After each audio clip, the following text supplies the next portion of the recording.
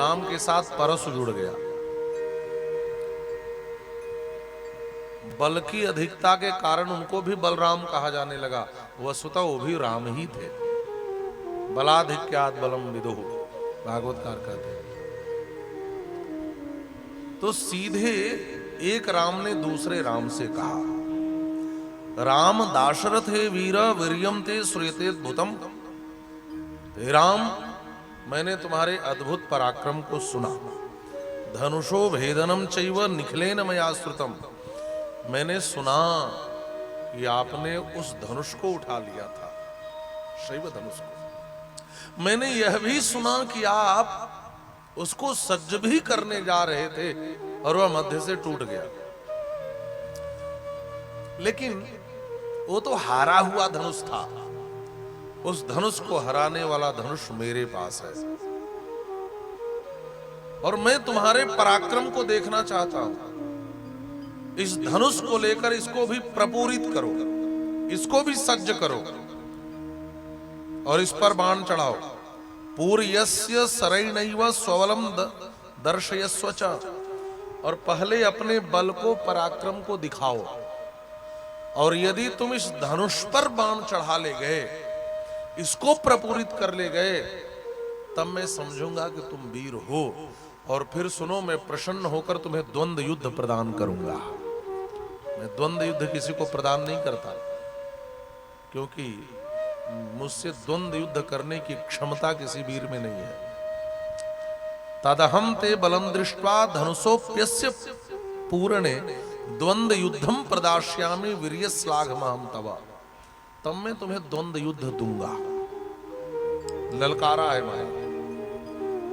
अभी तक राम जी हाथ जोड़े खड़े थे और बार बार परशुराम जी ललकार रहे हैं। तो धीरे से राम जी ने कहा, महाराज मैं कायर नहीं हूं, मैं रघुवंशी हूं और आप बार बार ललकार रहे हो तो ठीक है। पहले कहां है वह धनुष जिस धनुष की आप चर्चा कर रहे हो? तो परशुराम जी ने अपने कंधे से वह धनुष उतारा। इत्युक्त्वा राघवः क्रुद्धो भार्गवस्य वरायुधम सरम च प्रतिजग्राहा हस्ता लघु पराक्रम। और ये देने जा रहे थे धनुष, और राम जी ने इतनी जल्दीबाजी में उस धनुष को अपने हाथ में ले लिया, कोई देख नहीं पाया। इसी को गोस्वामी जी कहते हैं, देत चाप आपू ही चली गयऊ परशुराम मन विस्मय भयऊ। अपने आप धनुष चला गया। संत तो स्वाद भी लेते हैं। परशुराम जी ने धनुष से धीरे से पूछा, प्यारे थोड़ी देर रुक गए होते, दो हाथ हो जाने दिए होते तब गए होते। तो धनुष ने कहा, महाराज इतिहास शिक्षा लेने के लिए है, इतिहास से शिक्षा लेनी चाहिए। आप नहीं समझे कौन है? इनके आगे एक धनुष ने अकड़ दिखाई थी तो दो भागों में इन्होंने तोड़ दिया था। यह वह है जिनके सामने अकड़ दिखानी नहीं चाहिए। मैंने इतिहास से शिक्षा ली है।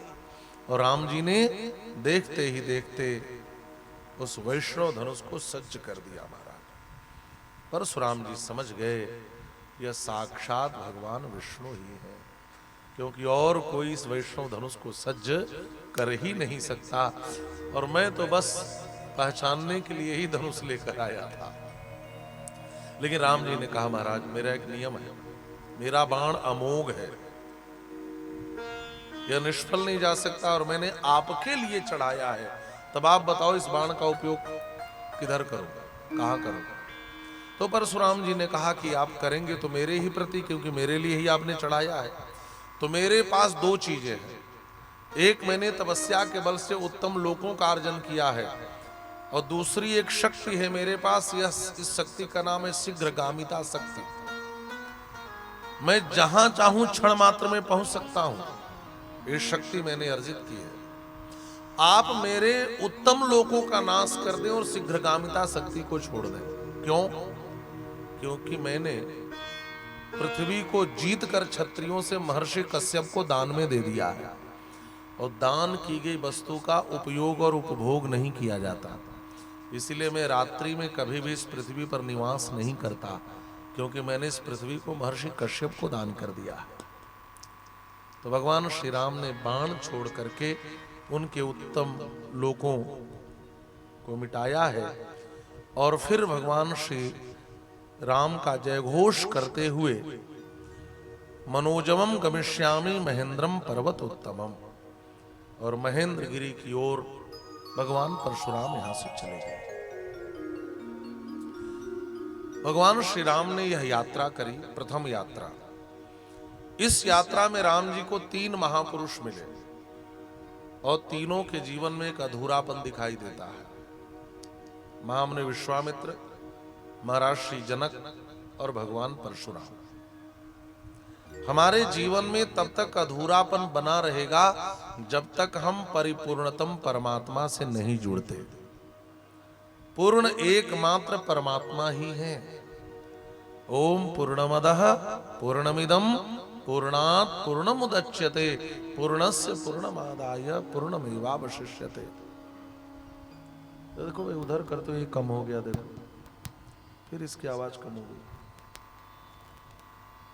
बोलिए श्री राघव, उठा ही नहीं रहा। बोलिए श्री राघवेंद्र सरकार की। तो ईश्वर ही पूर्ण है, संसार अपूर्ण है। अपूर्ण संसार से जब तक जुड़े रहोगे तब तक जीवन में कभी पूर्णता नहीं आएगी। विश्वामित्र क्षत्रिय से ब्राह्मण बने, लेकिन जीवन अपूर्ण रहा। इनके जीवन में पूर्णता तब आई जब यह श्री राम से जुड़े। ये 2 ऐसे लोग मिले, एक महाराज श्री जनक और एक भगवान परशुराम। दोनों के पास एक धनुष है, एक के पास शैव धनुष, एक के पास वैष्णव धनुष, और दोनों ने धनुष को आधार बनाकर ईश्वर को पहचाना। एक ने धनुष को तुड़वाकर और एक ने धनुष को मुड़वाकर, ऐसा कर सकते हैं। धनुष अहंकार का प्रतीक है। महाराज जनक ज्ञानी है, भगवान परशुराम वीर है। ज्ञानी और वीर दोनों के जीवन की एक समस्या होती है, दोनों के पास अहंकार होता है। और जब तक हमारे पास अहंकार होता है तब तक हमारे जीवन में अधूरापन और अपूर्णता बनी रहती है। ज्ञानी ने अहंकार को भगवान से तुड़वा दिया और वीर ने अहंकार को भगवान को ही अर्पित कर दिया। अहंकार से बचने के 2 ही उपाय हैं। या तो भगवान की कृपा हो जाए, जीवन का अहंकार वह तोड़ दें, समाप्त कर दें, या हम अपने अहंकार को परमात्मा को ही सौंप दें। और जब ये दोनों लोग भी श्री राम से जुड़े तब इन दोनों के जीवन में पूर्णता आई। संकेत इतना ही है कि हमारा जीवन तब तक अपूर्ण है जब तक हम परिपूर्णतम परमात्मा से नहीं जुड़ते। परशुराम जी को लेकर बहुत सी बातें होती हैं। मैं तो कहता हूं, एक ब्राह्मण के हृदय को समझना हो तो परशुराम जी के वृत्त को देखो, जीवन चित्र को देखो। एक क्षत्रिय ने उदंडता की, एक क्षत्रिय ने उदंडता दिखाई, तो इस ब्राह्मण श्रेष्ठ ने हाथ में शस्त्र उठा लिया। एक क्षत्रिय की उदंडता देखकर हाथ में शस्त्र उठा लिया और एक क्षत्रिय की विनम्रता देखकर शस्त्र रख भी दिया। यह ब्राह्मण का हृदय है महाराज। कोई उदंडता दिखाए तो शस्त्र उठा सकता है और कोई विनम्रता दिखाए तो शस्त्र रख भी सकता है। श्री राम की विनम्रता ने परशुराम जी से शस्त्र रखवा लिया। श्री रामचरितमानस में 18 दोहों में परशुराम जी के प्रसंग का वर्णन है। ये 18 दोहा श्रीमद् भगवद गीता के 18 अध्याय का सार है। जैसे अर्जुन अपने क्षात्र धर्म को छोड़कर पलायन करना चाहते थे, भागना चाहते थे, भगवान श्री कृष्ण एक ही बात कही, स्वधर्मे निधनम श्रेय पर धर्मो भयावह। यहां भी यही हुआ। परशुराम जी ब्राह्मण होकर छात्र धर्म को अपना लिए थे और राम जी ने फिर से इनको अपने स्वधर्म में लगा दिया। तो जो कार्य वहां श्री कृष्ण ने किया है अर्जुन के लिए, वही कार्य यहां पर श्री राम ने परशुराम जी के लिए किया। इन्होंने भी फिर यहां छात्र धर्म छोड़ा और फिर से तप के लिए चले गए महेंद्रगिरी की। बारात अयोध्या पहुंची, वधू प्रवेश हुआ, मुख दिखाई हुई और फिर बाल कांड की कथा यहां पर पूर्ण होती है। बोलिए श्री राघवेंद्र सरकार की जय। देखिए, महर्षि वाल्मीकि ने विवाह की चर्चा बहुत लंबी चौड़ी नहीं की, बस संक्षेप में लिख दिया। विवाह की जितनी विधियां थी वो सारी विधियां संपादित हुई।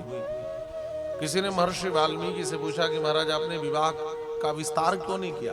और गोस्वामी तुलसीदास ने तो एक एक प्रसंगों का, कोहबर ही आन ही कुंवर कुंवर कोहबर तक का वर्णन, लहकौरी एक होता है उसका तक वर्णन किया विवाह में। लहकौरी गौरी सिखाव राम ही सीय सन सारद कहे। एक भी विधि छोड़ी नहीं। पुनि जेवनार भई बहुभांति, जेवनार का वर्णन किया। और महर्षि वाल्मीकि ने बस विवाहम विधि पूर्वकम एक श्लोक में कह दिया, जितनी विधियां थी विवाह की सब पूरी की गई। तो किसी ने महर्षि वाल्मीकि से पूछा, महाराज आपने विवाह का विस्तार से वर्णन क्यों नहीं किया? तो महर्षि वाल्मीकि ने कहा कि मेरे रामायण का मूल आधार है जो देवर्षि नारद ने मुझे रामायण सुनाई थी। जो वाल्मीकि रामायण का प्रथम सर्ग है ना, 100 श्लोकों का, इसको मूल रामायण कहते हैं। और यही मूल रामायण वाल्मीकि रामायण का आधार है। तो आपको जानकर आश्चर्य होगा कि देवर्षि नारद ने राम जी के विवाह की कथा ही नहीं महर्षि वाल्मीकि को सुनाई, सीधे मां कह के ही 2 वरदान मांगते वहां से कथा ही शुरू की। किसी ने नारद जी से पूछा कि महाराज आपने राम जी के विवाह की कथा महर्षि वाल्मीकि को क्यों नहीं सुनाया? तो नारद जी ने कहा, जिसने मेरा विवाह नहीं होने दिया मैं उसकी कथा क्यों सुनाऊं, मैं उसके विवाह की कथा क्यों सुनाऊं? तो जब नारद जी ने महर्षि वाल्मीकि को कथा ही नहीं सुनाई तो अपनी ओर से कितना विस्तार करते। इसलिए विवाहम विधि पूर्वकम, संक्षेप में श्री सीताराम जी के विवाह का वर्णन किया। कथा भगवती अयोध्या कांड में प्रवेश करती हैं। महर्षि वाल्मीकि वर्णन कर रहे हैं। गच्छता मातुल कुलम भरतेन तदा नघः शत्रुघ्नो नित्य शत्रुघ्नः नीतः प्रीति पुरस्कृतः। विवाह में भैया भरत के मामा युधाजित जी आए थे, कैकेयी अम्बा के भाई। और जब वह विवाह के बाद जाने लगे कैकेयी देश को, तो श्री भरत जी को भी अपने साथ ले जाने लगे। और जब भरत जी अपने मातुल कुल में जाने लगे, यहाँ कुल का अर्थ गृह होता है, गच्छता मातुल कुलम भरतेन तदा नघः। जब अपने मामा के घर मातुल गृह में, मातुल गृह के लिए भैया भरत जाने लगे, तो उनके साथ भैया शत्रुघ्न भी चले गए। गच्छता मातुल कुलम भरतेन तदा नघः शत्रुघ्नो नित्य शत्रुघ्नः नीतः प्रीति पुरस्कृतः। भैया भरत 12 वर्ष तक मामा के घर रहे महाराज, 12 साल। पहले लोग ननिहाल में खूब लंबे समय तक रहते थे, अब तो किसी के पास फुर्सत ही नहीं है। और भैया भरत जाने लगे तो भैया शत्रुघ्न भी गए। अच्छा, भैया भरत क्यों गए? भैया भरत क्यों गए? और भैया भरत जब गए ना, तो राम जी के गुणों का प्रकाश अयोध्या में हुआ। भैया भरत इसलिए गए कि अयोध्यावासी भरत को भूल जाए, केवल और केवल श्री राम को याद रखे, केवल राम को याद रखे। ऐसा समर्पित प्रेम महाराज आपको दिखेगा नहीं, जो स्वयं को कहीं प्रकाशित करना नहीं चाहते हैं। भैया शत्रुघ्न भी पीछे गए, और शत्रुघ्न भैया के स्मरण से ही महर्षि वाल्मीकि ने अयोध्या कांड का आरंभ किया। जब तक हम सच्चे अर्थों में शत्रुघ्न नहीं होंगे, तब तक हम अयोध्या कांड को ठीक से समझ नहीं पाएंगे। शत्रुघ्न भैया का यहाँ 3 विशेषण है, अनघः, नित्य शत्रुघ्नः और प्रीति पुरस्कृतः। अनघः माने पाप रहितः, नित्य शत्रुघ्नः नित्य शत्रवः राग द्वेषादयः तन निवारकः नित्य शत्रवः। देखिए हमारे जीवन में दो प्रकार के शत्रु होते हैं, एक बाह्य शत्रु, एक आभ्यंतर शत्रु। एक बाहर के दुश्मन, एक भीतर के दुश्मन। खतरनाक कौन होता है, बाहर वाला कि भीतर वाला? देखिए बाहर वाला शत्रु आज शत्रु है, कल मित्र भी हो सकता है, ये भी संभावना है। बाहर का शत्रु हमें दिखाई देता है, हम उससे बच सकते हैं, लेकिन भीतर का शत्रु बड़ा खतरनाक है। कौन है भीतर का शत्रु? का राग द्वेष, ये सब भीतर के शत्रु है। काम क्रोध आदि ये सब भीतर के शत्रु है। शत्रुघ्न कौन? कहा जो भीतर के शत्रुओं का नाश करे। शत्रुघ्नो नित्य शत्रुघ्न नीतः प्रीति पुरस्कृतः। जो भीतर के शत्रुओं का नाश करे, सच्चे अर्थों में वह शत्रुघ्न है। और जब तक हम नित्य शत्रु नहीं होंगे, तब तक हम अयोध्या कांड की कथा को नहीं समझ सकते। कैसे? बहुत से लोग हैं जो मां कैकेयी को गाली देने लगते हैं महाराज। बहुत से लोग हैं जो महाराज दशरथ को कामी कह बैठते हैं, ऐसा भी है। बहुत से ऐसे भी लोग हैं जो कहते हैं कि राम ने ठीक नहीं किया। यदि कहीं आपके ऊपर अन्याय हो रहा हो तो आपको वहां रुककर अन्याय का विरोध करना चाहिए, आपको चुपचाप जंगल नहीं भागना चाहिए। ऐसे भी विचारकों ने बात कही है। तो जो नित्य शत्रुघ्न नहीं है, वह अयोध्या कांड की कथा को समझ ही नहीं सकते। और गोस्वामी तुलसीदास जी ने तो एक दोहे से आरंभ किया, श्री गुरु चरण सरोज रज निज मन मुकुर सुधार, वर्णव रघुवर विमल यश जो दायक फल चार। मन के दर्पण को ठीक करके तब अयोध्या कांड में प्रवेश करना, तभी समझ पाओगे। और गोस्वामी जी कहते हैं मैं भी अपने गुरु जी के चरण रज को अपने मन के आईने को साफ करने के लिए ले रहा हूं। और जब तक मन का दर्पण ठीक नहीं होगा, तब तक हम अयोध्या कांड में रघुवर के विमल यश का वर्णन नहीं कर सकते। रघुवर किसे कहते हैं? रघुषुवरः रघुवरः। दशरथ जी भी रघुवर है, राम जी ही नहीं। श्री भरत जी भी रघुवर है, श्री लक्ष्मण भी रघुवर है, श्री शत्रुघ्न भी रघुवर है। रघुकुल में जो श्रेष्ठ है उसको हम रघुवर कह सकते हैं। महर्षि वाल्मीकि तो आगे चलकर श्री भरत जी के लिए एक जगह राघव शब्द का प्रयोग करते हैं। राम ने राघव को हृदय से लगाया। आपको बड़ा आश्चर्य होगा, राम ने राघव को हृदय से लगाया। का राघव शब्द का भी अर्थ होता है रघुषुवरः राघवा।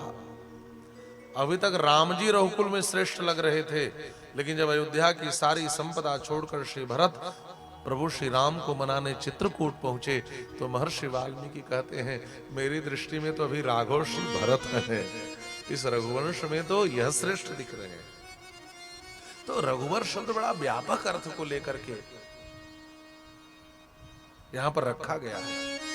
वर्णव रघुवर विमल यश जो दायक फल चार, गोस्वामी जी भी कहते हैं। और भैया शत्रुघ्न कैसे हैं? कहा प्रीति पुरस्कृतः। जो घर में सबसे छोटा होता है वो सबके प्रेम का भाजन होता है।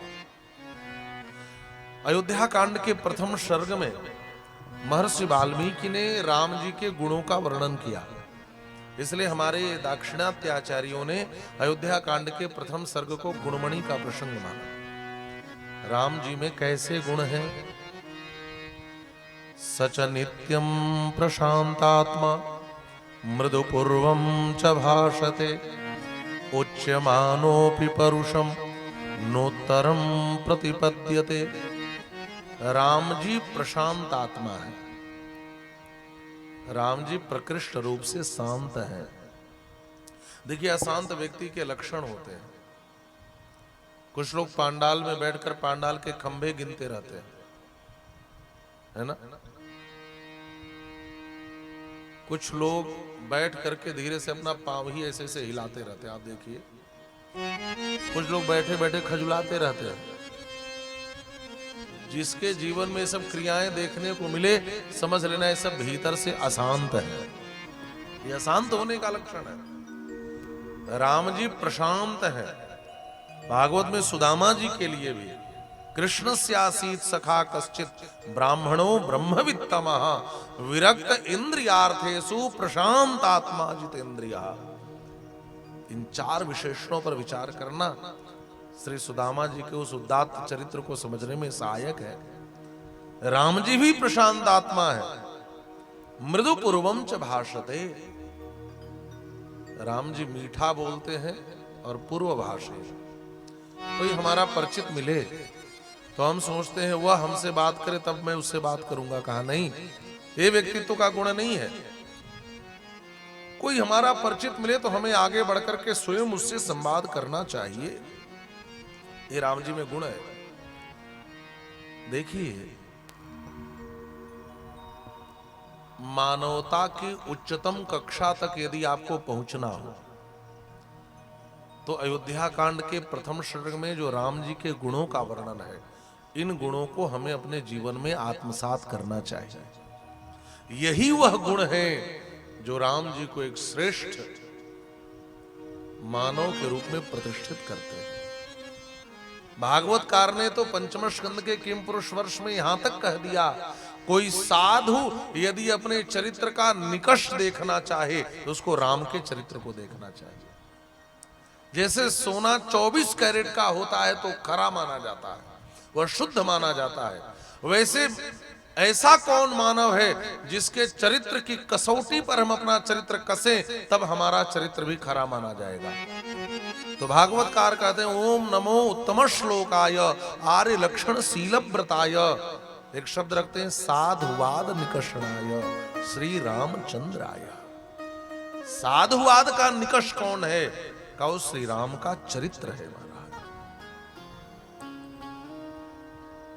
राम जी में कौन कौन से गुण हैं? उच्च मानोपि परुषम नोत्तरम प्रतिपद्यते। कोई राम जी से ऊंची आवाज में बात करे ना तो राम जी उत्तर नहीं देते थे। ये सब गुण है। कदाचिदुपकारेण कृते नैकेन तुष्यति न स्मरत्यपकाराणाम शतमप्यात्मवत्तया। बहुत ताकत लग रही है भैया, थोड़ा कुछ बढ़ाओ या फिर से खोल दो, फिर से उसको खोल दो, ट्रेवल खोल दो। आज सेटिंग खराब हो गई, कल सही था।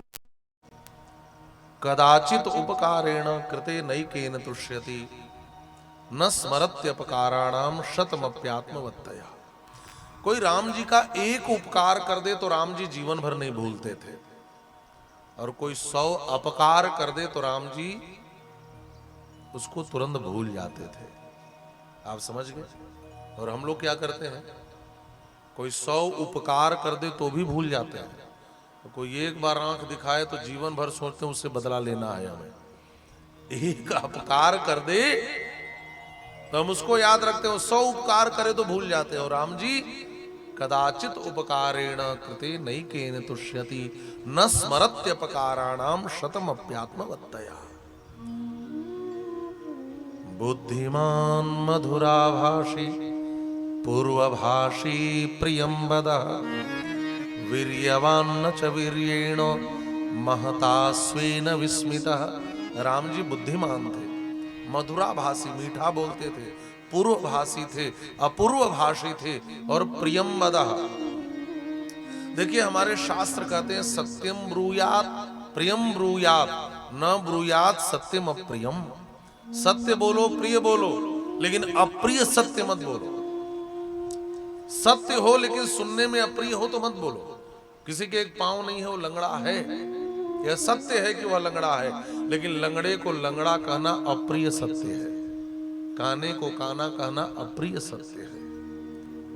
इसलिए हमें अप्रिय सत्य नहीं बोलना चाहिए, और हमारे राम जी अप्रिय सत्य नहीं बोलते थे। तथा सर्व प्रजाकांतैः प्रीति संजननैः पितुः गुणैर्विरुचे रामो दीप्तः सूर्य इवांशोभे। जैसे सूर्य अपने रश्मियों से प्रकाशित होते हैं, वैसे राम जी अपने गुणों से प्रकाशित होते थे। तमेवं वृत्त संपन्नम अप्रधृष्य पराक्रमम लोकनाथोपमम नाथम अकामयत मेदिनी। राम जी के इन गुणों को जब मेदिनी ने देखा, यहाँ पृथ्वी के लिए मेदिनी शब्द का प्रयोग है। मेदिनी उसे कहते जिसमें मेदा हो, जिसमें दुर्गंधी हो। बड़ा चुनकर शब्द रखा। धरित्री नहीं कहा, पृथ्वी नहीं कहा, वसुधा नहीं कहा, मेदिनी कहा। मेदिनी के मन में एक कामना जगी कि लोकनाथो पमम नाथम अकामयत मेदिनी, काश श्री राम राजा हो जाते। यदि राम राजा हो जाते तो इस पृथ्वी पर जो दुर्गंधी है वो मिट जाते, रावणादि जो दुष्ट हैं मिट जाते। पृथ्वी को सबसे बड़ा भार किसका लगता है? भगवती पृथ्वी कहते हैं गिरी सरी सिंधु भार नहीं मोही, जस मोही गरुड़ एक परद्रोही। मां पृथ्वी कहती है मुझे समुद्र का भार नहीं है, सरिताओं का भार नहीं है, पहाड़ वृक्षों का भार नहीं है, लेकिन एक दुष्ट व्यक्ति इस पृथ्वी पर पैदा हो जाए तो मैं उसके भार को नहीं सह सकती। लोकनाथो पमम नाथम अकामयत मेदिनी, का श्री रघुनाथ राजा हो जाते। तो इस समय जो राजा हैं चक्रवर्ती सम्राट महाराज दशरथ के मन में भी यह कामना जगी कि मैं अपने राम को राजा बनाऊं। महाराज श्री दशरथ ने एक सभा का आयोजन किया और 3 प्रकार के वचन बोले। हितम उद्धर्षणम चैव उवाच प्रथितम वचा। हितम माने जो सबके लिए हितकारी था, प्रथितम माने सुनते ही समझ में आ जाने वाला था, उद्धर्षणम माने सबके हर्ष को बढ़ाने वाला था।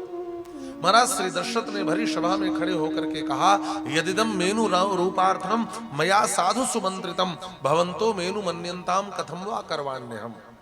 कल प्रातः काल के पुष्य नक्षत्र में मैं अपने राम को राजा बनाना चाहता हूं। अयोध्या वासियों, यदि मेरा प्रस्ताव उचित लग रहा है तो आप लोग इसका समर्थन करो, और यदि अनुचित लग रहा है तो हमें यह भी बताओ कि हमें क्या करना चाहिए। जैसे ही अयोध्या वासियों ने सुना कि महाराज श्री दशरथ श्री राम को राजा बनाना चाहते हैं, जैसे काले काले मेघ जब आकाश में घिर जाते हैं, उनको देख करके मयूर दोनों पंख फैला, अपने पंखों को फैला करके नाचने लगता है। इति ब्रुवंतम मुदिताः प्रत्यनंदन नृपा नृपम वृष्टिमंतम महामेघम नर्दंत इव बर्हिणः। वैसे ही महाराज श्री दशरथ की इस वाणी को सुनते ही अयोध्या वासियों का मन मयूर नाच उठा, नाच उठा।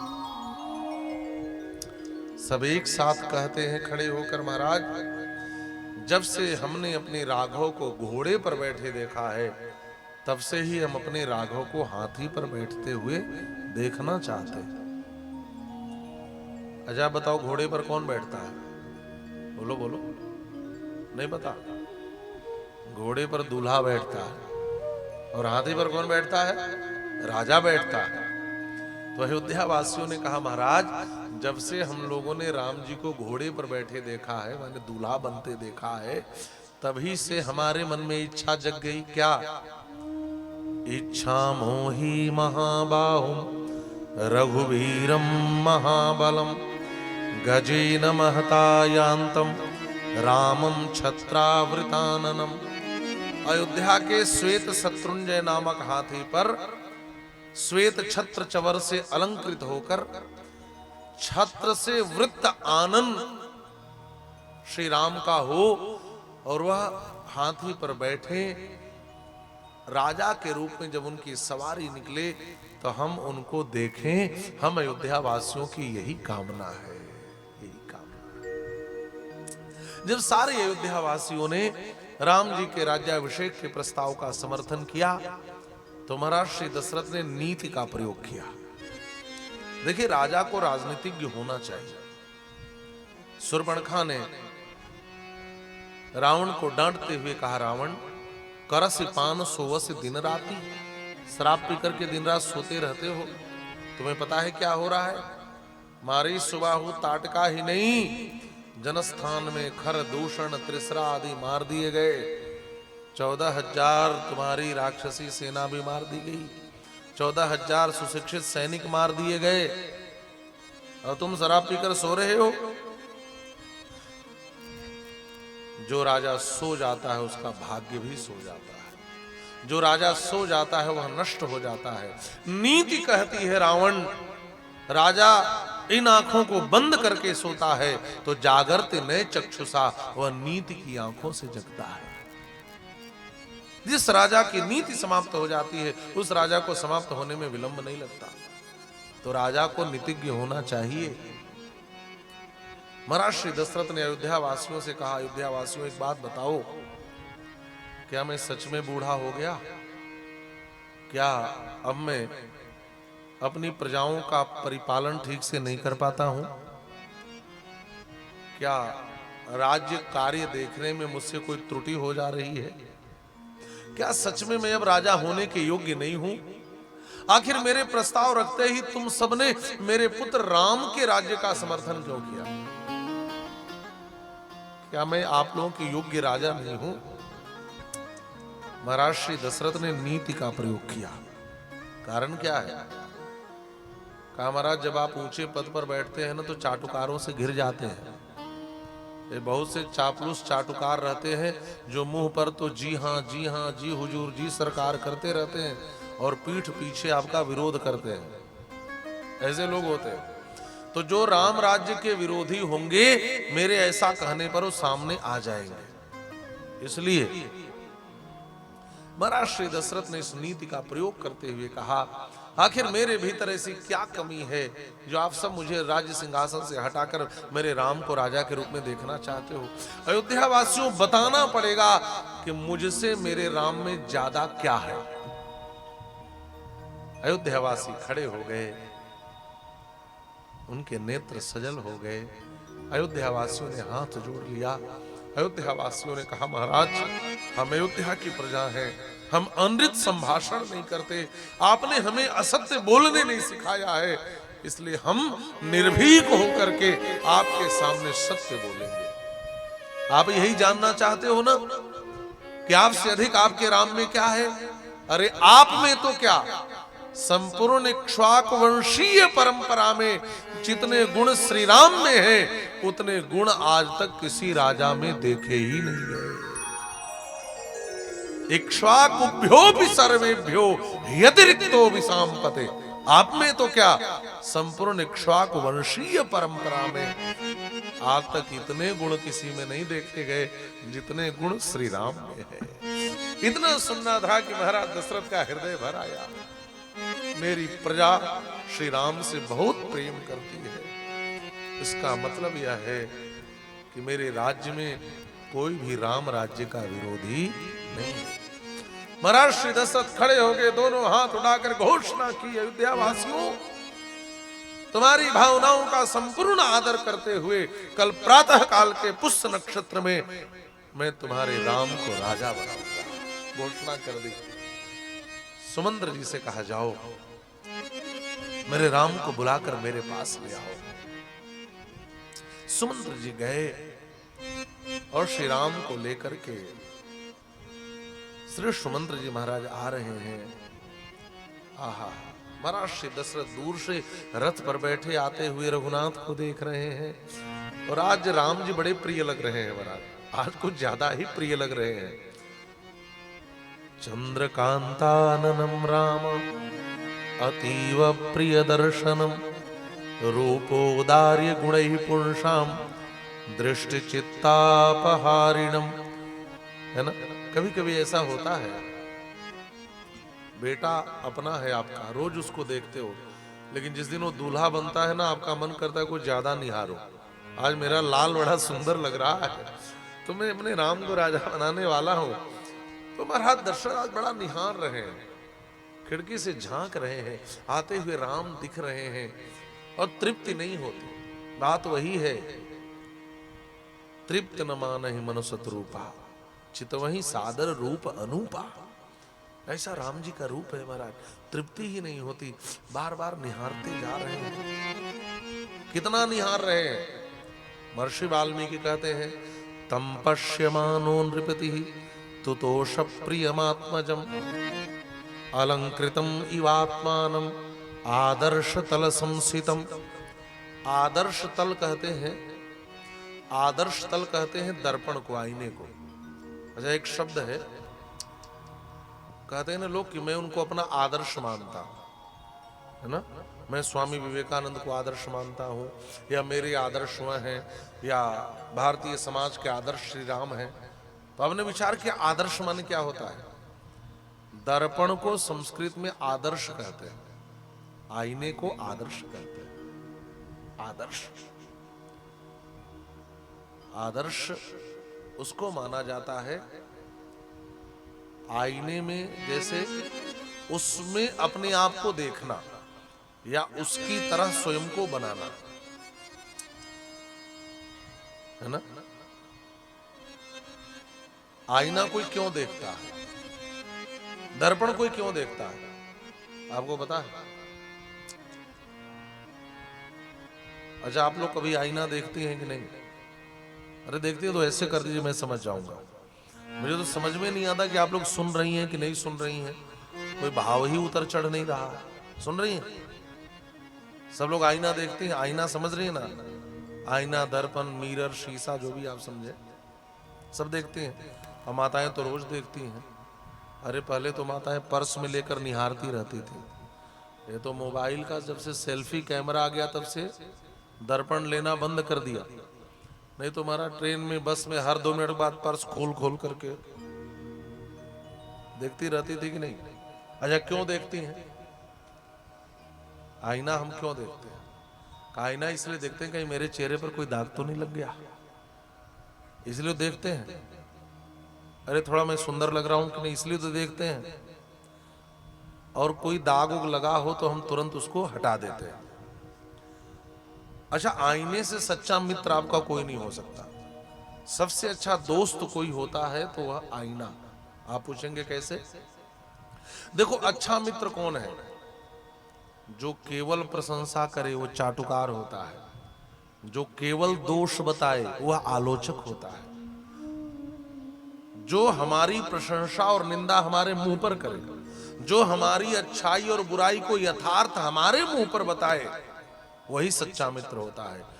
और दर्पण यही काम करता है। हम सुंदर हैं तो सुंदर दिखाएगा, हम कुरूप हैं तो कुरूप दिखाएगा। दिखाएगा कि नहीं? हमारी नाक टेढ़ी है तो दर्पण कभी सीधा नहीं दिखाएगा, और सीधा है तो सीधा दिखाएगा, टेढ़ा है तो टेढ़ा दिखाएगा। जो हमारी अच्छाई बुराई को हमारे मुख पर यथार्थ बताए वही सच्चा मित्र। और दर्पण सच्चा मित्र है। दर्पण देखना चाहिए, दर्पण हमें सीख देता है। लेकिन समस्या यह है कि समाज में कोई स्वयं दर्पण नहीं देखना चाहता, दूसरे को दर्पण दिखाना चाहता है। नारद जी को शिवगणों ने क्या कहा? निज मुख मुकुर बिलो कहु जाई, अपना मुंह जाकर आईने में देखो। नारद जी ने कहा मुझे आईना दिखाने से पहले खुद आईना देख लिए होते। अच्छा, हम अपने से जितना आईना देखें अच्छा लगता है, और कोई हमें कह दे अपना मुंह जाके आईने में देखो तो बुरा लगता है। लगता है कि नहीं? और आज हर व्यक्ति समाज में दूसरे को आईना दिखा रहा है, स्वयं आईना नहीं देख रहा है। आईना देखने का मतलब आत्म समीक्षा करना, आत्म परीक्षण करना, आत्म निरीक्षण करना, या इसी को अंग्रेजी में कहें तो सेल्फ एनालिसिस करना। आजकल इस शब्द का बड़ा महत्व है। हम अपने आप को नहीं देखते, हम आत्म समीक्षा नहीं करते, हम अपना निरीक्षण परीक्षण नहीं करते, और ये आवश्यक है। गोस्वामी तुलसीदास जी ने तो इसी को आधार बनाकर अयोध्या कांड का आरंभ किया। कुछ लोगों ने कहा, कुछ आलोचकों ने लिखा है कि गोस्वामी तुलसीदास जी को राजकाज का ज्ञान नहीं था। कोई सिंहासन पर बैठ कर के आईना देखता है क्या? उन्होंने महाराज दशरथ को सिंहासन पर बैठे आईना दिखा दिया। लेकिन गोस्वामी तुलसीदास जी कहते हैं हम जो सामाजिक दर्शन रखना चाहते हैं उसको देखो। हम जब किसी उच्च पद पर बैठते हैं तभी सही मायने में आईना देखने की आवश्यकता पड़ती है, क्योंकि उच्च पद पर बैठने वाला व्यक्ति अक्सर चापलूसों से घिरा रहता है जो यथार्थ बोध नहीं होने देते। हमारे हर सही गलत निर्णय दोनों को जी हाँ कहकर सही ही ठहराते हैं। उस समय हमें आईना देखने की जरूरत पड़ती है, उस समय हमें सही गलत का निर्णय लेना पड़ता है, उस समय हमें आत्म समीक्षा करनी चाहिए। मानसकार लिखते हैं, राय सुभाय मुकुर कर लीन्हा, बदनु बिलो की मुकुट सम कीन्हा। राय सुभाय मुकुर कर लीन्हा, बदन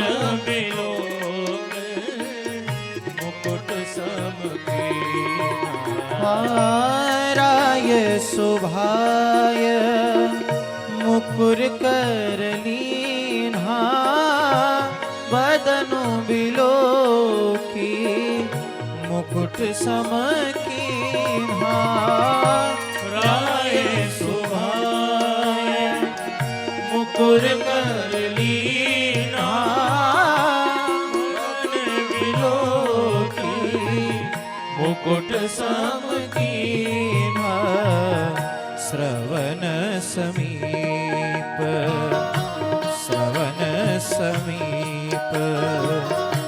भय सित केसा मनहु जरठ पनो अस उपदेशा श्रवण समीप भय सित केसा मनहु जरठ पनो अस उपदेशा मनहु जरठ पनो मनहु जरठ पनो। राय सुभाय मुकुर कर लीन्हा बदन बिलोक मुकुट सम कीन्हा। स्वभाव से उन्होंने दर्पण देखा। क्या देखा? श्रवण समीप भय सित केसा। कान के पास के बाल सफेद हो गए और श्वेत होते हुए बालों ने एक उपदेश दिया। क्या? मनोहु जरठपन असोपदेशा। महाराज अब आपका बुढ़ापा आ गया, आईने हमें उपदेश देते, हम उपदेश कहां सुनते हैं? हमारी समस्या यही है कि हम किसी का उपदेश सुनते नहीं है। उपदेश सुन भी ले तो हम मानते नहीं। आदर्श तल संस्थितम, हम जिसको आदर्श मानते हैं उसके जीवन को देख करके आत्म समीक्षा करें, हम कहां हैं। यहां भी अलंकृतम इवात्मानम आदर्श तल संस्थितम। जैसे कोई अलंकृत होकर बार बार अपने को दर्पण में निहारे, वैसे श्री राम को बारंबार महाराज श्री दशरथ निहार रहे हैं। और क्या उपदेश दिया? नृप जुबराज राम कहु देहु। आवाज क्या आ रही है भीतर से? और हमारे जीवन में भी जब बुढ़ापा आ जाए ना, तो हमें क्या करना चाहिए? कहा जो महाराज श्री दशरथ करने जा रहे हैं, हमें भी अपनी संपत्ति को राम को सौंप देनी चाहिए, है ना? लेकिन हमें संपत्ति का मोह कहां छोड़ता है? बुढ़ापा आ जाए तो जीवन की समग्र अर्जित संपदा को श्री राम को अर्पित करिए। भगवान श्री राम महाराज श्री दशरथ के पास आए। महाराज श्री दशरथ ने कहा, राघव बेटा, कल प्रातः काल के पुष्य नक्षत्र में मैं तुम्हें राजा बनाने वाला हूं। पिताजी को चरणों में प्रणाम किया श्री रघुनाथ ने, और बिना प्रणाम किए प्रणाम किया और बिना कुछ बोले लौट गए। राम जी सोच रहे हैं, जन्मे एक संग सब भाई, भोजन सैन केरी लरिकाई, करण बीत उपवीत बियाहा, संग संग सब भय उछाहा, विमल वंश यह अनुचित एकू, बंधु बिहाई बढ़ही अभिषेकु। देखो तो सभी भाई साथ ही तो जन्म लिए हैं। अरे थोड़ा नक्षत्र का अंतर है, जन्म तो आगे पीछे ही हुआ है। सारे संस्कार साथ साथ हुए, चाहे कर्णवेद संस्कार हो, चाहे यज्ञोपवीत संस्कार हो, चाहे विवाह संस्कार हो। लेकिन इस विमल वंश में, इस सूर्य वंश में यह अनुचित कार्य क्यों? ज्येष्ठ पुत्र राजा बन जाए और छोटे भाई सेवक बन के रह जाए, यह अनुचित क्यों होता है? राम जी सोच रहे हैं। विमल वंश यह अनुचित एकू, बंधु बिहाई बड़े ही अभिषेकु। या दूसरा अर्थ जो हमारे अयोध्या के रामायणी करते हैं, बंधु बिहाई बड़े ही अभिषेकु। ये पिताजी अनुचित कार्य क्यों करने जा रहे हैं? अभी हमारे दो भाई अयोध्या में हैं नहीं, श्री भरत और श्री शत्रुघ्न, उनके बिना बड़े ही अभिषेकु, बंधु बिहाई बड़े ही अभिषेकु। श्री भरत को क्यों नहीं बुला रहे? अजय सबको निमंत्रण दिया, लेकिन 2 जगह निमंत्रण नहीं पहुंचा। न तो केकय राजानाम जनकम वा नराधिपा। महर्षि वाल्मीकि लिखते हैं केकय देश में और एक महर्षि जनक के यहाँ। कारण क्या है? काहे दोनों इतने हमारे अपने हैं, पश्चातो श्रोष्यतः प्रियम। यदि बाद में भी राम राज्याभिषेक की सूचना मिलेगी तो इनको बुरा नहीं लगेगा। जो अपने होते हैं महाराज ना, उनको निमंत्रण न भी मिले तो बुरा नहीं मानते, और निमंत्रण न मिलने पर जो बुरा मान जाए वह अपना हो ही नहीं सकता। तो इसको आप समझना, पश्चातो श्रोष्यतः प्रेम, विश्वास है ये मेरे अपने हैं। लेकिन इतनी जल्दीबाजी क्या है, क्या सूचना नहीं पहुंचा पा रहे महाराज दशरथ। राम जी जब बिना बोले चले गए तो दशरथ जी सोचने लगे, मैंने इतनी बड़ी बात अपने राघव से कही, मेरे राघव ने कोई उत्तर नहीं दिया। सुमंत्र जाओ, फिर से मेरे राम को बुला करके लाओ। फिर से भगवान श्री राम आए, फिर से चरणों में प्रणाम किया। एक बात मैं जितनी बार रामायण पढ़ता हूं उतनी बार देखता हूं, राम जी अपने से बड़े लोगों से जितनी बार मिलते थे उतनी बार प्रणाम करते थे महाराज। ये सीखना चाहिए। ये देखिए, हम लोग की अयोध्या आदि में तो परंपरा है, लेकिन इधर परंपरा नहीं मिलती। अपने से बड़ों से जितनी बार मिलिए उतनी बार प्रणाम करिए। राम जी ऐसा करते हैं। फिर से प्रणाम किया। महाराज श्री दशरथ ने पास बिठाया। अच्छा, एक बात और कह ही दूं कि प्रणाम करने से कुछ घटता नहीं है, बल्कि 4 चीजें बढ़ जाती हैं। हाँ महाराज, ये 2 बातों का स्वभाव आपका बन जाए ना, तो 4 चीजें आपके जीवन में बढ़ती जाएंगी। क्या क्या? अभिवादनशीलस्य नित्यम वृद्धोपसेविनः चत्वारि तस्य वर्धन्ते आयुर्विद्या यशो बलम। अभिवादन का शील बना लीजिए, सभी बड़ों को प्रणाम करने का स्वभाव बनाइए, और नित्य बड़ों की सेवा करने का स्वभाव बनाइए। वो भाग्यशाली लोग हैं जिनको बड़ों की सेवा करने का अवसर मिला है महाराज। सबको, सभी बड़ों को प्रणाम करें, नित्य बड़ों की सेवा करें। इससे 4 चीजें बढ़ती हैं। आयु, लोमश की कथा आपने सुनी होगी। आयु, विद्या, यश और बल, इन 4 चीजों को यदि बढ़ाना हो उत्तरोत्तर अपने जीवन में, तो अपने स्वभाव में 2 चीज शामिल कर लें, बड़ों को प्रणाम और बड़ों की सेवा। राम जी करते हैं। महाराज श्री दशरथ ने बैठाया श्री राम को और कहा, राघव मैं समझ गया, मैंने इतनी बड़ी बात कही और आपने कोई उत्तर नहीं दिया। आप सोच रहे हो ना कितनी जल्दीबाजी क्या है, श्री भरत को क्यों नहीं बुला ले रहे हो? बंधु भाई बढ़ई अवसे कोई तो मानसकार लिख रहे हैं। ये तो राम जी के हृदय की बात है। राम जानना चाहते हो तो ध्यान से सुनो, क्या कारण है कि मैं इतनी जल्दीबाजी में तुम्हें राजा बनाना चाहता हूं।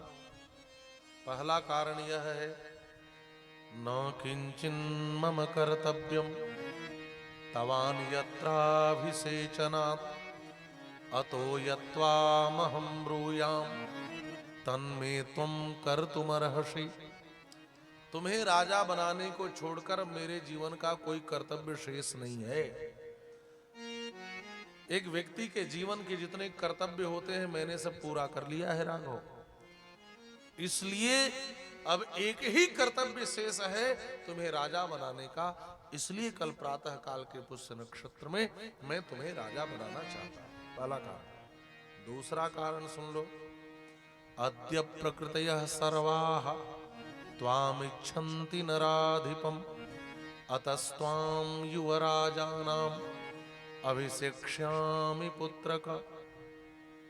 राघव, मेरी सारी प्रकृतियां तुम्हें राजा के रूप में देखना चाहती है। प्रकृति माने राजा की 8 प्रकृति होती है। राजा की पत्नी, राजा के मंत्री, राजा की सेना, राजा का सेनापति, राजा की प्रजा, ये 8 प्रकृति होती है।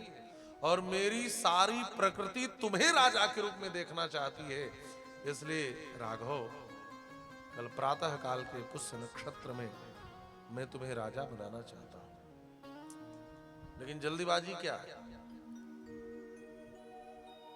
यदि श्री रामचरितमानस की बात देखी जाए तो वहां तो ब्रह्मर्षि वशिष्ठ ने मुहूर्त तक नहीं निकाला, सीधे कह दिया बेग विलंब न करिय नृप साजिय सबुई समाज सुदिन सुमंगल तब ही जब राम हो ही जुबराज।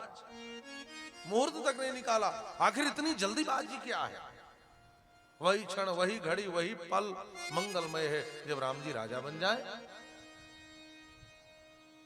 और जब तक श्रीमद् वाल्मीकि रामायण का आश्रय नहीं लेंगे इस प्रश्न का समाधान आपको मिलेगा नहीं। अब महाराज श्री दशरथ बतलाने जा रहे इतनी जल्दीबाजी क्या है।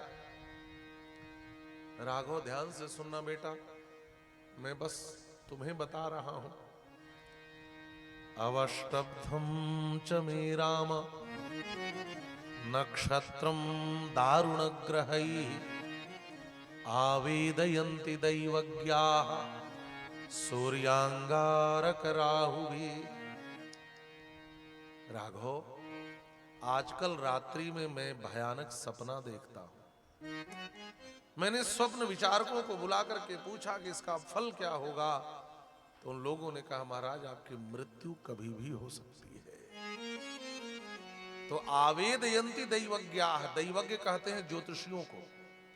तुम आवेदयन्ति दैवज्ञाः, मैंने बड़े बड़े ज्योतिषियों को बुलवाया और अपनी कुंडली को विमर्श करने के लिए दिया। तो उन दैवज्ञों ने विचार करके कहा महाराज सूर्यांगारक राहु भी।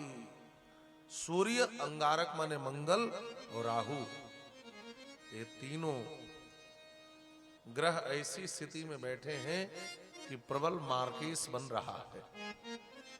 आपकी मृत्यु कभी भी हो सकती है। राघव, आज ही मुझे पता चला, मुझे यह भी पता नहीं कि मैं रात्रि में जीवित रहूंगा कि नहीं, लेकिन रात्रि में राज्याभिषेक नहीं किया जा सकता। इसलिए कल प्रातः काल के पुष्य नक्षत्र में मैं तुम्हें राजा बनाना चाहता हूं। ये जल्दीबाजी है। और आज के ठीक 6 दिन के बाद महाराज दशरथ की मृत्यु हो जाएगी।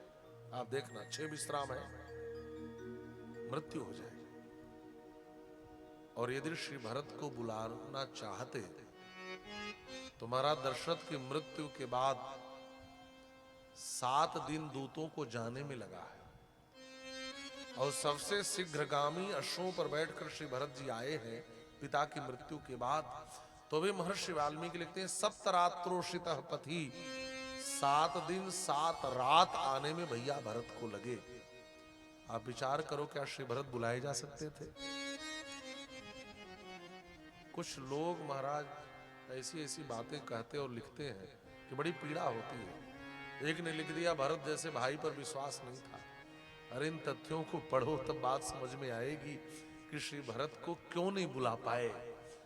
इसके लिए श्रीमद् वाल्मीकि रामायण पढ़ना आवश्यक है। देखिए, वाल्मीकि रामायण इतिहास है। इतिहास माने यथार्थ घटना। और आपको जानकर और आनंद होगा कि सुप्रीम कोर्ट में जब श्री राम जन्मभूमि का केस चल रहा था तो सुप्रीम कोर्ट ने श्रीमद् वाल्मीकि रामायण को एविडेंस के रूप में स्वीकार किया, प्रमाण के रूप में स्वीकार किया है। ये इतिहास है भारत का। यहां कुछ बनाकर गढ़ करके कविता नहीं लिखी गई है किसी की। ये इतिहास है हमारा। सप्तरात्रोषितः पथि, कम से कम श्री भरत को आने में 14 से 15 दिन लग जाते। और यहां तो 6 दिन की ही उम्र है। ये भी तब पता चल रहा है ना कि जब उनकी मृत्यु हो जाएगी। नहीं, अभी तो यह भी पता नहीं, अगले पल का ठिकाना नहीं है। इसलिए राघव, एक कर्तव्य शेष है, न किंचिन मम कर्तव्यम तवान्यत्राभिषेचना। इसलिए रघुनंदन, तुम्हारा यह पिता चाहता है कि मैं यथाशीघ्र इस कर्तव्य को भी पूरा कर लूं। इसलिए इतनी जल्दीबाजी है। इसलिए ब्रह्मर्षि वशिष्ठ को कहना पड़ गया सुदिन सुमंगल तब ही जब राम हो। महाराज बस जल्दी से जल्दी ये काम कर दो। तब राम जी ने अपनी स्वीकृति दी है महाराज, स्वीकृति दी, स्वीकृति थी। तब घोषणा हुई और फिर गहगहे बाजे बजे। अभी तक नहीं, ये दिन और मैंने कहा था गहगहे बाजे होते महाराज, एक खुशी और आनंद के बाजे होते थे। तो महाराज महल के ऊपरी छत पर बैठ के बादकों ने गहगहे बाजे बजवाए हैं। पूरी अयोध्या में आनंद छा गया। राज्याभिषेक की सामग्रियां उपस्थापित की जाने लगी, तीर्थों का जल मंगाया जाने लगा, गुलाब जल, इत्र जल, केवड़े जल का छिड़काव होने लगा। गलियों में, वीथियों में, रथ्याओं पर, राजमार्गों पर सुगंधित द्रव्य छिड़के जाने लगे, बंधन द्वार सजाए जाने लगे, तोरण द्वार बनाए जाने लगे, दीप देहलिकाएं सजाई जाने लगी, दीवालों पर चित्रकारियां बनाई जाने लगी, लोग अपने घरों के आगे रंगोलियां बनाने लगे। अयोध्यावासी कहते हैं पूरी अयोध्या में कहीं भी अंधकार न रह जाए, प्रकाश करणार्थम तू निशा गमन शंकया दीप वृक्षांसता चक्रु अनुरथ्यासु सर्वसा। वृक्षों पर भी दीपक जलाए, कंदील जलाए। अयोध्या में एक भी ऐसा स्थल न रह जाए जहां अंधकार हो। कहीं राम जी की सवारी निकलते निकलते अंधकार हो गया और कहीं सवारी उस रास्ते से निकल गई जहां अंधकार रहे, तो हम छत्र से आवृत श्री रघुनाथ के आनंद को देख नहीं पाएंगे। इसलिए संपूर्ण अयोध्या में कहीं भी अंधकार रहने न पाए। सारे अयोध्यावासी बाहर निकल गए, अयोध्या सजने धजने लगी। जन वृंदो में संघर्ष हर्ष स्वनृत सदा बभूव राजमार्गस्य सागरस्येव निस्वनः। ऐसा लग रहा है जैसे जन समुद्र अयोध्या के राजमार्ग पर उमड़ पड़ा, और जैसे समुद्र में उताल तरंगे जब उठती हैं, उगरती हैं, तो ध्वनि आती है, वैसे हर्षद ध्वनि चारों तरफ से आ रही है। ऐसा लग रहा है जैसे अयोध्या के सड़कों पर आनंद का समुद्र उमड़ घुमड़ रहा है। अयोध्या वासियों की आंखों में नींद नहीं, इतनी खुशी है। अच्छा, जीवन में जब बहुत खुशी मिले ना तो न भूख लगती है न नींद लगती है। आप अनुभव करना, जीवन में जब बड़ी खुशी मिले तो न खाने का मन करता है न सोने का मन करता है। अयोध्या वासियों की रुचि भोजन में नहीं है, अयोध्या वासियों की रुचि नींद में नहीं है। सारे अयोध्या वासी अपना अपना घर छोड़कर बाहर निकल आए और अयोध्या को सजा रहे हैं, सजा रहे हैं। महर्षि वाल्मीकि वर्णन करते हैं, जो छोटे छोटे अयोध्या के बालक हैं, जिनको राजा प्रजा का कुछ पता नहीं है, वो बालक भी खिलौनों से खेलना छोड़ दिए। बालायपि क्रीडमाना गृहद्वारेषु संघसः रामाभिषव संयुक्ताः चक्रुरेव कथामिथः। रामाभिषेके संप्राप्ते चत्वरेषु गृहेषु च। देखिए, संस्कृत में चत्वर कहते हैं चौराहे को। छोटे छोटे बच्चे जिनकी उम्र अभी खिलौने से खेलने की है, उन बालकों ने खिलौने फेंक दिए और चौराहे पर गृहद्वारेषु, या किसी के घर के आगे छोटे छोटे बच्चे एक झुंड में दौड़ करके आते और खड़े हो जाते। और पता है बच्चे आपस में क्या बात कर रहे हैं? महर्षि वाल्मीकि लिखते हैं, एक बालक दूसरे से कहता है, इधर आओ, इधर आओ, इधर आओ, इधर आओ, इधर आओ, और सभी बच्चों को बुला लेता और धीरे से कहता, कल पता है क्या होने वाला है? तो दूसरा पूछता, क्या होने वाला है? तो कहता, कल हमारे लाम जी लाजा बनने वाले हैं। तो छोटे छोटे बच्चे मिथा हमारे परस्पर रामाभिषव संयुक्ता चक्रुरेव कथा मिथा। छोटे छोटे आपस में बच्चे खिलौने से खेलना भूल गए और एक दूसरे से कहते, हमारे लाम जी लाजा बनेंगे। तो एक कहता है, राजा बनने पर क्या होता है? दूसरा कहता है, खूब लड्डू बटेगा, हम सबको खूब मिठाइयां मिलेंगी। तो एक कहता है, उसमें लोग नाचते हैं, गाते हैं, बाजे बजते हैं, लोग सजते हैं, धजते हैं, राज तिलक होता है। ये छोटे छोटे बच्चे भी आपस में राम राज्याभिषेक की कथा की चर्चा कर रहे हैं। ये सब अयोध्या में हो रहा है। महाराज, उसी समय एक महारानी कैकेयी की दासी है, मुझे नहीं लगता कि नाम बताने की जरूरत है। ज्ञाति दासी यतो जाता कैकेय्या तु सहोषिता प्रासादं चंद्र संकासम आरुरोह यदृच्छया। यह ज्ञाति दासी है, ज्ञाति दासी। अब ज्ञाति दासी ये महारानी कैकेयी के साथ ही आई है, ये उनके मायके से आई है। और देखो इस प्रसंग को पढ़कर सुनकर आप इतना तो जरूर समझ जाएंगे कि ससुराल से पत्नी को छोड़कर वो कोई चीज मत लाना। समझ गए? चाहे रामायण की कथा पढ़ो चाहे महाभारत की। महाभारत में भी कोई आया था, नाम पता? कौन? शकुनी। देखी, हाँ सब माताएं पढ़ी लिखी बैठी हैं। और रामायण में कौन आई है? मंथरा। चीजें सूट नहीं करती। तो ज्ञाति दासी के बड़े बड़े अर्थ किए गए हैं। कोई कहता है क्षत्रिय जाति की थी, कोई कहता है इसकी जाति का कोई अता पता नहीं था। एक टीकाकार ने लिखा एक अप्सरा को ही मंथरा बनाकर देवताओं ने भेजा। तो ज्ञाति दासी शब्द को लेकर के बड़े विचार हैं। बस आप इतना समझ लें कि महारानी कैकेयी की प्रिय दासी है और इस साथ ही में आई है। यह इसलिए भेजी गई है कि इसको कूटनीति का बड़ा ज्ञान है, राजनीति का बड़ा ज्ञान है। और महाराज श्री दशरथ का विवाह इसी शर्त पर हुआ है कि कैकेयी का पुत्र ही राजा बनेगा। अब इसकी चर्चा सुनाऊंगा जब चित्रकूट में सभा का आयोजन होगा और वहां राम जी श्री भरत से कहेंगे भाई अयोध्या के असली राजा तो तुम ही हो, क्योंकि मेरे पिता ने राज्य को शुल्क के रूप में रख करके ही कैकेयी अम्बा से विवाह किया था, राज्य शुल्कम अनुत्तमम। तो इसलिए असली उत्तराधिकारी तो भाई तुम ही हो, क्षोभ मत करो, तुम अयोध्या के राज्य को ग्रहण कर लो। और जो भैया भरत ने फिर इसका खंडन किया है महाराज, उस प्रसंग में भैया भरत की बात को सुनेंगे तो आपका हृदय भरा है। तो मंथरा इसलिए भी भेजी गई है कि कदाचित महाराज दशरथ सूर्यवंश की परंपरा के अनुसार, जो दिनकर कुल की परंपरा है, यह दिनकर कुल रीति सुहाई, जेठ स्वामी सेवक लघु भाई, यदि ज्येष्ठ पुत्र को राजा बनाने लगे तो उस समय मंथरा अपनी कूटनीति से श्री भरत को राजा बनवाएगी। तो मानो यह विचार करके ही कैकेयी अम्बा के पिता महाराज अश्वपति ने मंथरा को प्रेषित किया है। ज्ञाति दासी यतो जाता कैकेय्या तो सहोषिता प्रासादम चंद्र संकासम आरुरोह यदृच्छया। यह आज महल के सबसे ऊपरी छत पर चढ़ रही है। किसकी इच्छा से चढ़ी? का यदृच्छया।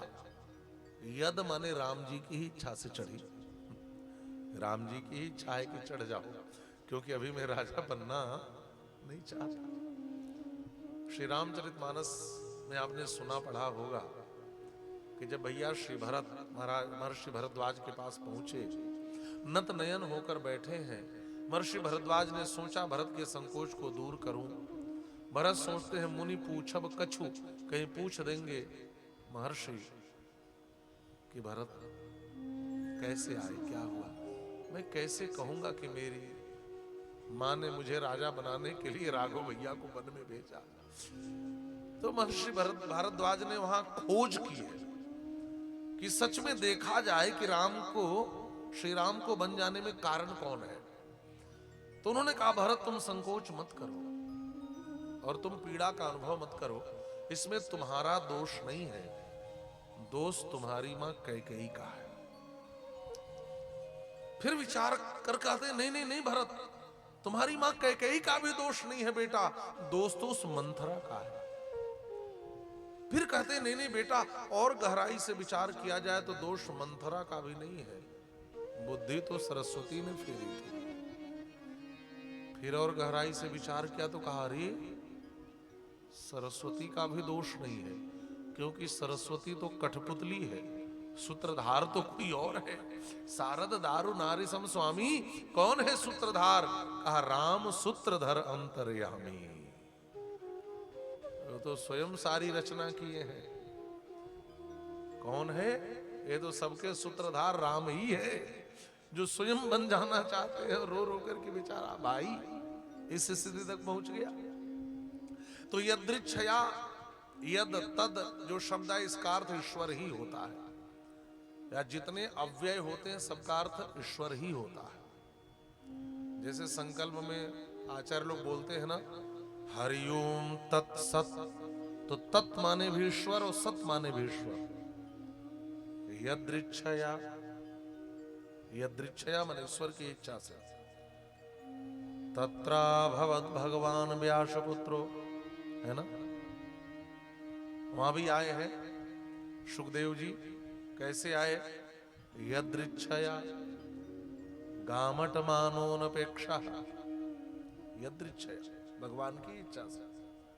या दूसरा अर्थ करें, मानो अपनी इच्छा से अभी कर ले, या मानस की बात मान ले तो गई गिरामती फेर, सरस्वती की इच्छा से। यहां तो बस एक शब्द रख दिया, यदृच्छया, चढ़ी। अब जिसकी भी इच्छा हो, लेकिन आप इतना समझ लें कि मंथरा छत के ऊपर गई और जा करके क्या देखा, मैया कौशल्या अपने भवन के पास खड़ी होकर के खूब धन लुटा रही हैं। तो दासियों में भी आपस में बड़ा मेल जोल होता है। मंथरा ने मैया कौशल्या की दासी को पुकार करके पूछा, अरे क्या बात है, राम माता धनः किन्नु जनेभ्यः संप्रयच्छति। आज क्या बात है, आज राम जी की मैया इतना धन क्यों लुटा रही हैं? आज क्या बात है? कीर्तन करें। श्री राम जय जय राम, श्री राम जय जय राम, श्री राम जय जय राम, श्री राम जय जय राम, श्री राम जय राम, श्री राम जय राम जय जय राम, श्री राम जय राम, श्री राम जय राम श्री राम जय राम जय राम, श्री राम जय राम जय जय राम, श्री राम जय राम जय राम, श्री राम जय राम। बोलिए श्री सीतारामचंद्र भगवान की जय। बहुत ही आनंद और हर्ष का विषय है कि आज हम सबके मध्य में दो संत चरण का अभी अभी शुभागमन हुआ है। और मैं हमेशा कहता हूं कि कथा में संतों का आगमन हो जाए, यही कथा की सफलता है महाराज, यही कथा श्रवण का प्रतिफल भी है। हम सबके मध्य में पूज्य संत स्वामी श्री रामकृष्ण दास जी महाराज, पूज्य संत श्री गुरु प्रसन्न दास जी महाराज का यहाँ पर श्री आगमन हुआ है। दोनों के श्री चरणों में बार बार वंदन करता हूँ और व्यासपीठ से आप श्री का अभिनंदन करता हूँ। आप सब परम भाग्यशाली हैं कि ऐसे संत चरण यहाँ पर पधारे। और पूज्य महाराज श्री से तो मैं बहुत पूर्व से परिचित हूँ जी, और गुना में वहाँ पर अपनी कथा चल रही थी तो उस समय भी महाराज श्री की 9 दिन की सन्निधि प्राप्त हुई थी, और भी सन्निधि महाराज श्री की मिलती रहती है। तो आज सब आप सब परम भाग्यशाली हैं। हाँ, महाराज श्री स्मरण दिला रहे हैं पूज्य संत श्री राम मनोहर दास जी महाराज, अद्भुत संत है महाराज, हम उनको वैष्णव रत्न कह सकते हैं। उनके यहाँ भी जब अपनी कथा श्री रामायण जी की चल रही थी तो वहां भी श्री महाराज श्री की सन्निधि प्राप्त हुई थी।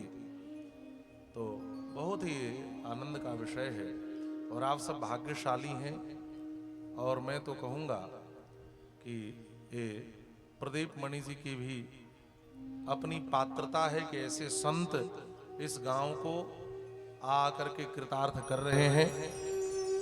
आप सब भाग्यशाली हैं जो नित्य निरंतर किसी न किसी संत चरण के आगमन से आपका जीवन दर्शन लाभ प्राप्त करके कृतार्थ हो रहा है।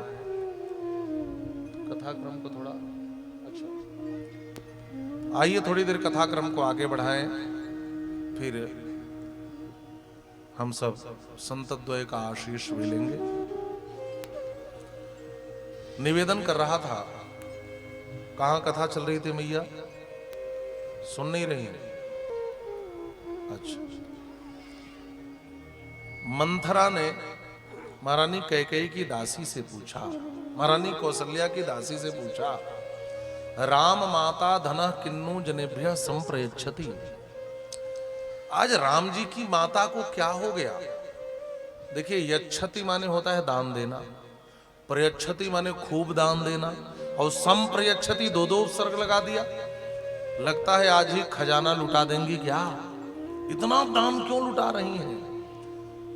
तब उसने कहा, अरे कुबड़ी, तुझे पता नहीं है, स्वपुष्येण जित क्रोधम यौवराज्येन चानघम राजा दशरथो रामम अभिषेकता ही राघवम।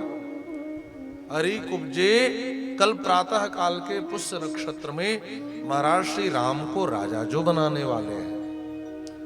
अब इतना सुनना था कि इस मंथरा के हृदय में एक जोर से आघात लगा, हृदय में जलन पैदा हो गई।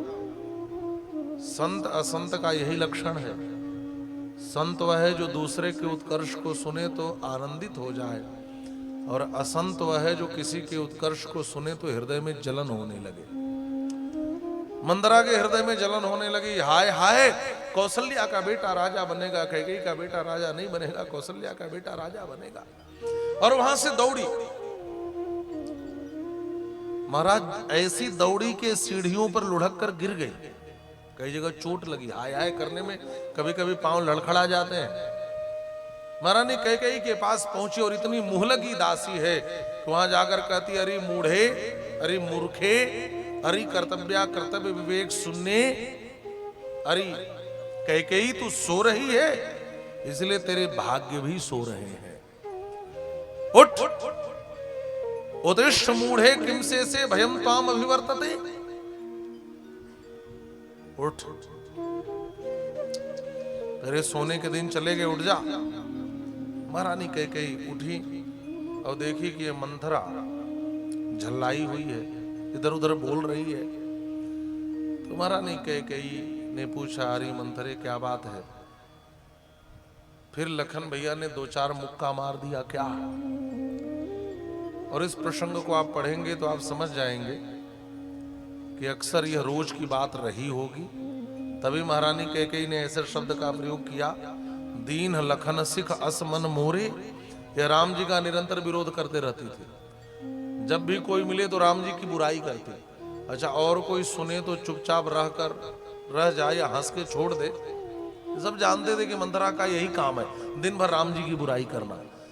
लखन भैया सुन लेते तो बिना दो चार मुक्के का प्रसाद दिए कभी नहीं छोड़ते थे। और जब लखन भैया मारे इसको तो आकर महारानी कैकेयी से शिकायत कर दी थी।